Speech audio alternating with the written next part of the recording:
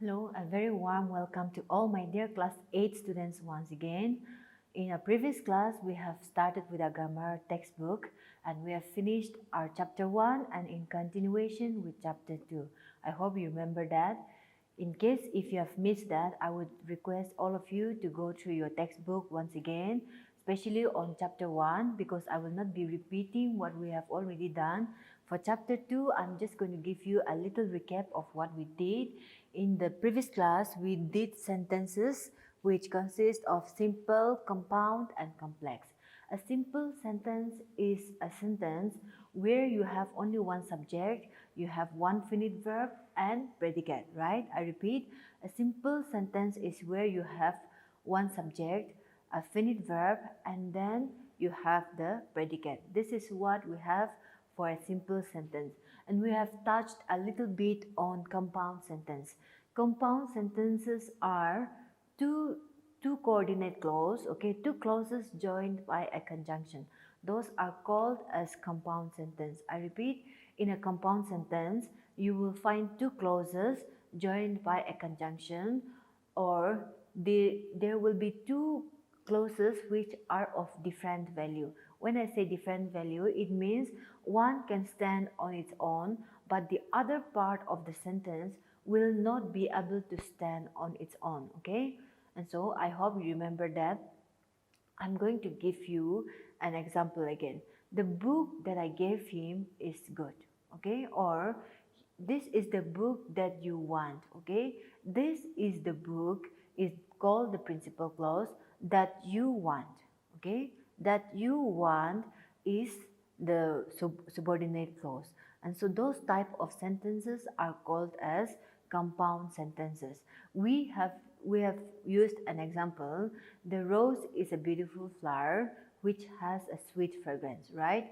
The rose is a beautiful flower is a simple sentence, but if I say which has a sweet fragrance, which has a sweet fragrance is the subordinate clause, and we also call that as a compound sentence. In those type of sentences, there will be two clauses where one would be weaker. In the case of the example that we used, we found that which has a sweet fragrance is the weaker one.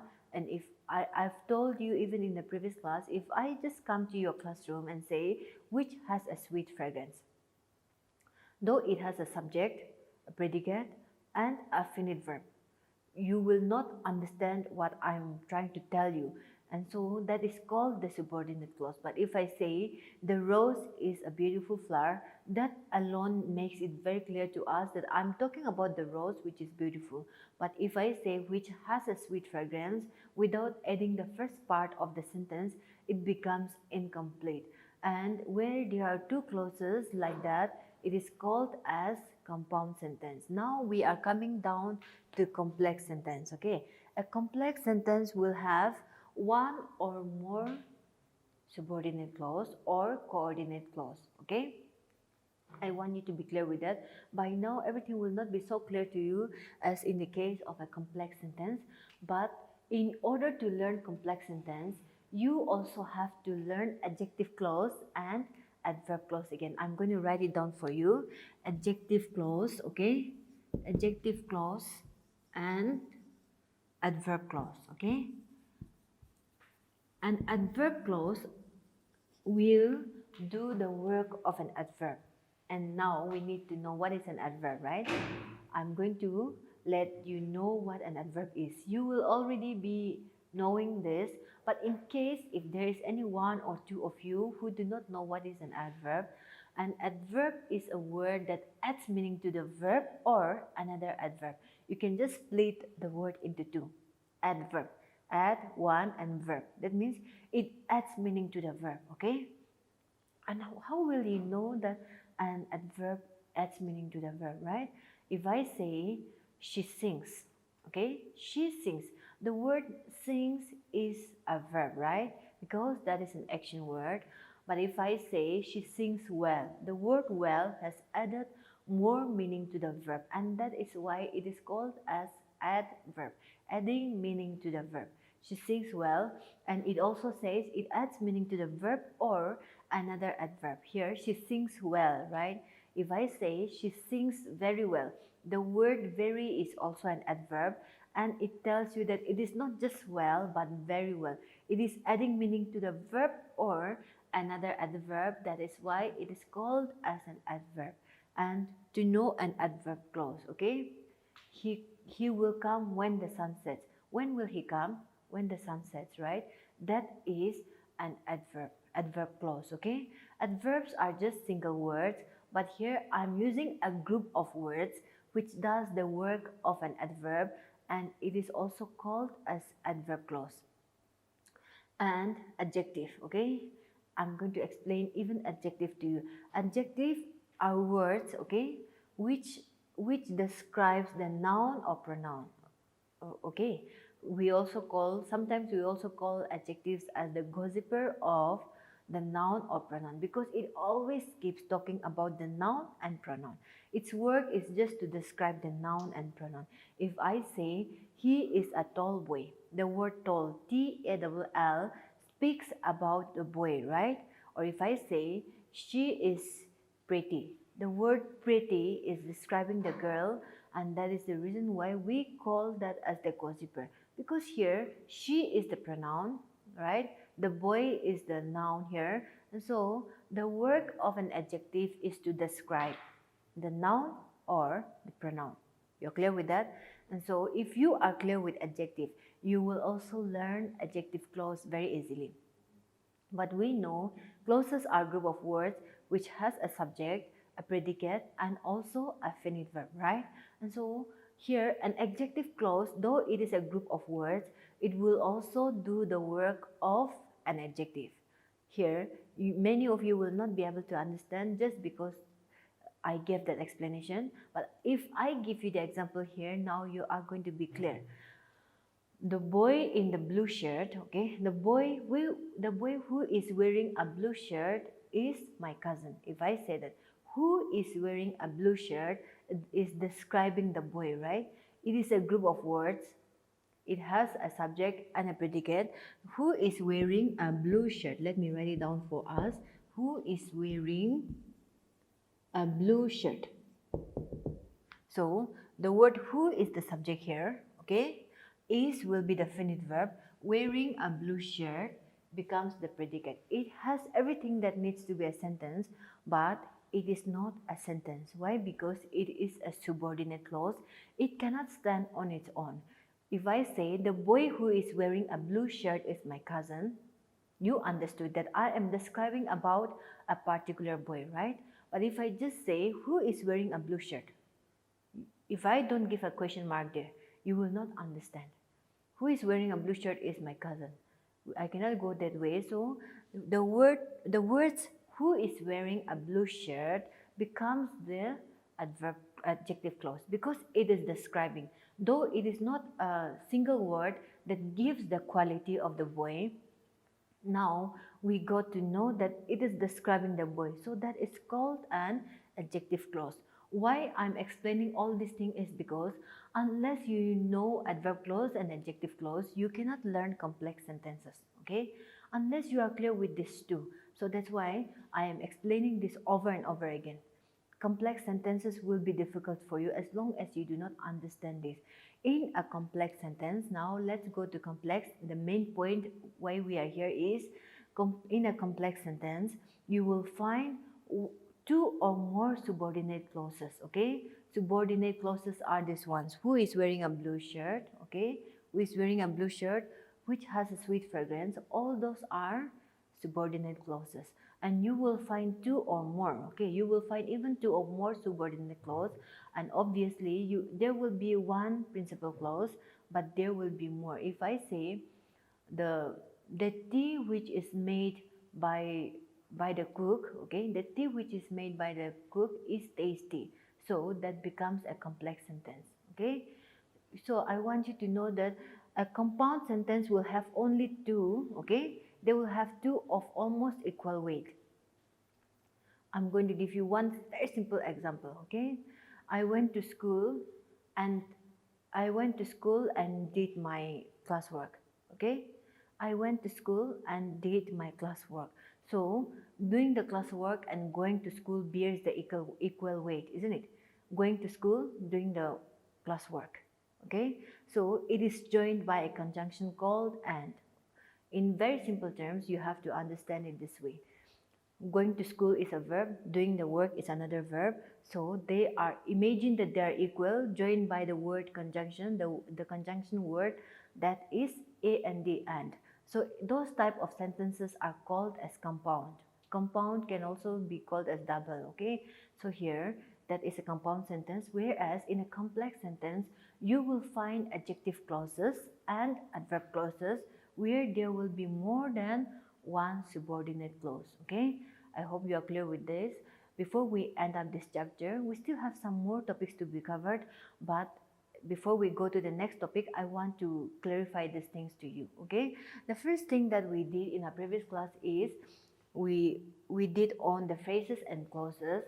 Phrases are a group of words which does not make sense on its own, okay? It will not have a subject or a finite verb. Sometimes the verb can be there, but it cannot be a sentence on its own. I gave you the example is in the east, right? In the east. Or a beautiful flower. A beautiful flower in its own makes some sense, but unless it depends on some other words, it cannot make sense on its own. That is a phrase. A clause is a group of words which has a subject, a predicate, and a finite verb. And remember, finite verbs are verbs that changes with a change of tense, isn't it? And so it has all those things required for a sentence, required to be qualified for a sentence, but it still needs to depend on something, that is the principal clause, to make sense. That is called a clause. Now we have come to sentences.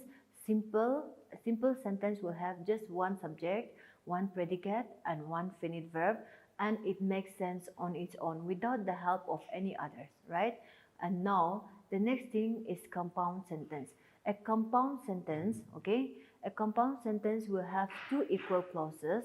It will have two equal clauses joined by a conjunction, that is called a compound, and a complex sentence. Complex sentences will have adjective clause or adverb clause, and it can have more than two subordinate clauses, even more than one or two, okay? Because in our compound sentences we have only one subordinate clause, but in a complex sentence there is more than one subordinate clause that makes it a complex sentence. Like the name itself, it becomes a little more complex than the simple and compound. Compound is just two clauses joined by a conjunction, right? Compound, or you can even say two sentences joined by a conjunction. But in complex sentence, it will have adjective clause or an adverb clause, okay? With that, we are going to end this topic and we will go on to the next topic, okay? The next topic will be notice writing. If you have your book with you right now, I would request you to turn to the writing section, that is in page number 98, okay? While you're still flipping your page, I'll clear the board. Okay. I hope you found that in page number 98. And now we are coming to the comprehension section or the composition, right? And you know that in the writing section you can score very high marks if you know how to write, if you have the format with you. It's going to be easy for you. And notice writing is very important for your scoring as well as your daily life usage. There are some lessons that we learn and we forget again, but this kind of writing you will always need in your everyday life. Someday you will become the Students' Union President, or some of you are the class captains or the class monitors right now. Your class teacher or your head teacher may ask you, they might ask you to write a notice for the class, and if you say that you do not know, you are being irresponsible. As the class monitor, it is also your duty to pass on the notice to your class, right? You can also say it verbally, but when you cannot meet in a situation like this, you have to keep in mind that it is also very necessary for a person to learn notice writing, okay? And so this is one thing you have to keep in your mind. I'm going to give you the format of a notice writing very quickly, okay? The first thing that you need to do in a notice writing is I hope you all know to make a box like this. Okay, you have to make a box, and then what comes next? I'm going to assume that you are going to write only for your school right now. Okay, you will learn more in the later classes, but you are the secretary. Okay, you are the sports secretary, and then your head teacher has given you a work to write a notice. What do you do here? The first thing that you need to do is make the box and then write the name of your school. Okay, government high secondary school. Okay, Packtown, you can imagine that, government high secondary school pack. And then what will come next? You have to give the date. Okay, the date here you might even have to write 2 or 3 dates, and the first date that you are going to write is the date on which you are writing the notice. Okay, the date on which you are writing the notice, you can take the example of, say, let's say that today is the 20th. Okay, 20th of August 2020. This is what you need to write. It's very all these small details are very important, because unless you follow the format, for a student, you know, the first thing that you are worried about is your mark, right? You will not be able to get marks.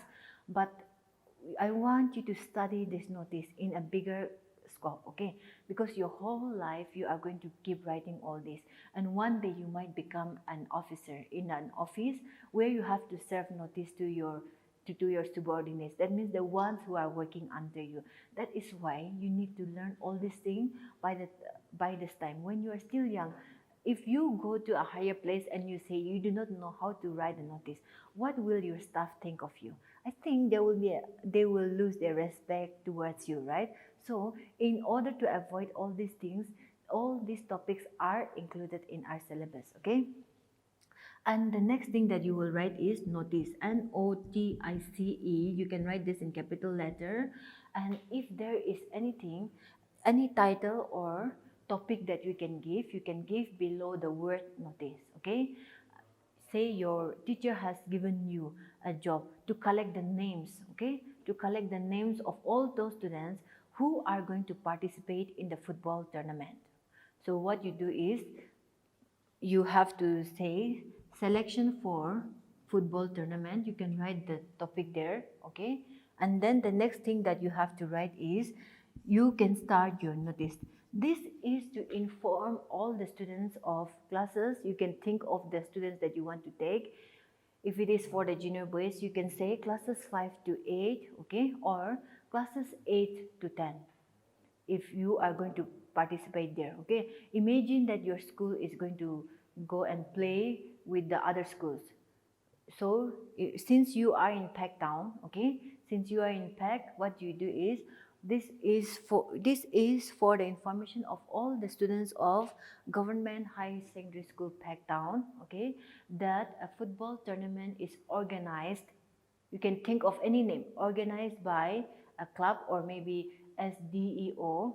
Okay, that means the office is organizing a football tournament for all the schools of Packtown. Okay, since I use the word the place as Pack, you can imagine that. Okay, this is for the information of all the students of classes 8 to 10 that a football tournament is organized by the DEO, which is to be held on, I repeat, held on, the date here will be different again, because the football tournament will be held on a particular day and your notice have to be served before that, right? You have to give prior information. That means you have to give the information ahead of time. That is why, since I use the date 20th August 2020, here the football tournament can be 7th September. Okay, so to be held on, you can write the date here, 7th September 2020, place, okay, Pack local ground, time 9:30, or you can say inaugural time 9:30. That is what you can do.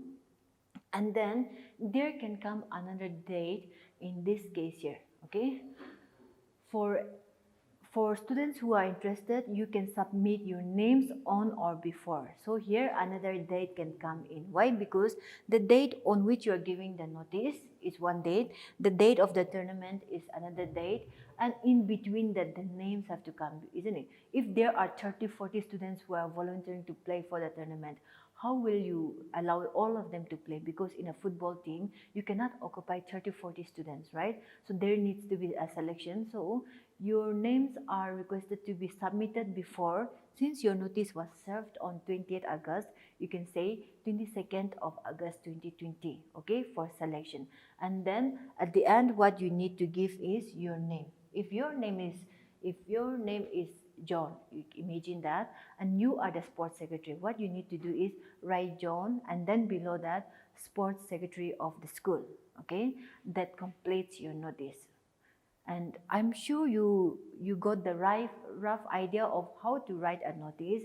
I will do a quick recap even in the next class again, but before that, please go through the examples that are given there. If you have any confusion, please get in touch with any of your elders who can help you. But for today, we will wind up our class from here.